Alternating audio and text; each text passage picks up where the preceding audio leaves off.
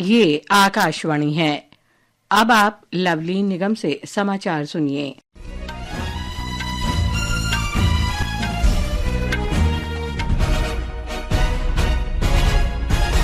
संसद के दोनों सदनों में आज लगातार पांचवें दिन विभिन्न मुद्दों पर विपक्ष के हंगामे के कारण रुकावट आई। दोनों सदनों की कार्यवाही बिना किसी विशेष कामकाज के कल तक के लिए स्थगित कर दी गई। विपक्ष ने एक प्रमुख व्यापारिक समूह के खिलाफ कथित रिश्वतखोरी के आरोपों और उत्तर प्रदेश के संभल में हिंसा सहित विभिन्न मुद्दों को लेकर हंगामा किया। इस कारण कार्यवाही पहले दोपहर 12 बजे तक और फिर दिन भर के लिए स्थगित कर दी गई। केंद्रीय मंत्री गिरिराज सिंह ने संसद के कामकाज में रुकावट डालने के लिए विपक्ष पर जमकर निशाना साधा। संसद के बाहर संवाददाताओं से बातचीत में उन्होंने कांग्रेस और अन्य विपक्षी दलों पर लोकतंत्र में विश्वास न रखने का आरोप लगाया। श्री गिरिराज सिंह ने कहा कि संसद की कार्यवाही में इस प्रकार व्यवधान डालना जनता के पैसे की बर्बादी है। उधर कांग्रेस की राज्यसभा सदस्य रेणुका चौधरी ने कहा कि संसद तब तक नहीं चल पाएगी जब तक सदस्यों को सवाल पूछने नहीं दिया जाएगा। नौसेना प्रमुख एडमिरल दिनेश कुमार त्रिपाठी ने कहा है कि आगामी 10 वर्ष में भारतीय नौसेना में 96 जहाज और पनडुब्बियां शामिल की जाएंगी। उन्होंने कहा कि अगले वर्ष तक हर महीने एक जहाज शामिल किया जाएगा। एडमिरल दिनेश त्रिपाठी ने आज नई दिल्ली में बताया कि 62 जहाज और एक पनडुब्बी निर्माणाधीन है। उन्होंने बताया कि इस महीने की 4 तारीख को ओडिशा के पुरी में नौसेना दिवस मनाया जाएगा।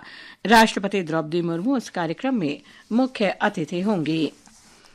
पिछले 8 महीनों के दौरान देश के कैप्टिव और वाणिज्यिक खदानों से कुल कोयला उत्पादन 11 करोड़ 20 लाख टन से अधिक हो गया है, जो पिछले वर्ष की इसी अवधि की तुलना में लगभग 35% अधिक है। कोयला मंत्रालय ने कहा है कि नवंबर में इन खदानों से कुल 1 करोड़ 70 लाख टन कोयले का उत्पादन हुआ।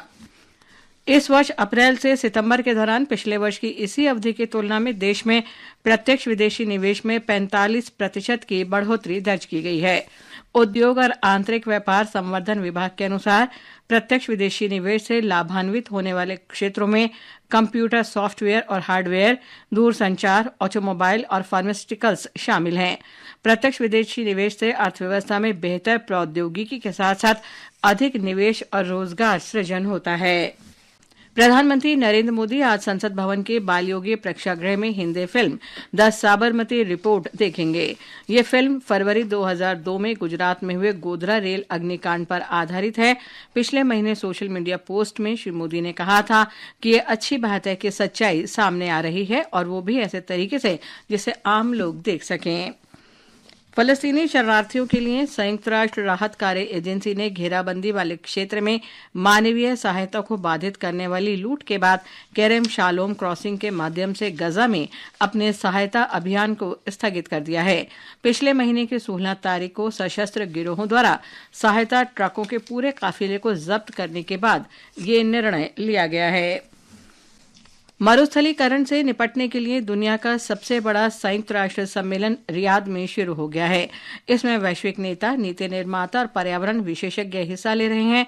2 से 13 दिसंबर तक चलने वाले इस महत्वपूर्ण सम्मेलन का उद्देश्य दुनिया भर में भूमि की गुणवत्ता में सुधार और सूखे से उबरने के काम में तेजी लाना है। सम्मेलन के दौरान आज Riyadh global drought resolution initiative की शुरुआत होगी। केंद्रीय पर्यावरण, वन और जलवायु परिवर्तन मंत्री भूपेंद्र यादव ने आज रियाद में भारतीय दूतावास में एक पेड़ मां के नाम पहल के तहत पौधारोपण किया। उन्होंने कहा कि यह अभियान पर्यावरण संरक्षण की दिशा में एक महत्वपूर्ण पहल है। मौसम विभाग ने केरल में तेज वर्षा और भूस्खलन के कारण 5 जिलों मलप्पुरम, कोझिकोड, वायनाड, कन्नूर और कासरगोड में रेड अलर्ट जारी किया है।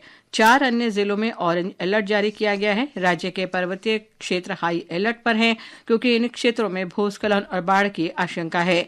लोगों को जल निकायों और तटीय क्षेत्रों से बचने की भी सलाह दी गई है। मछली पकड़ने और समुद्र तट की सैर जैसी गतिविधियों पर अस्थायी रूप से प्रतिबंध लगा दिया गया है। शारजाह में अंडर 19 एशिया कप क्रिकेट प्रतियोगिता में भारत ने जापान को 340 रन का लक्ष्य दिया है। ताजा समाचार मिलने तक जापान ने 25 ओवर में 2 विकेट पर 68 रन बना लिए हैं। इसके साथ ही ये समाचार बुलेटिन समाप्त हुआ।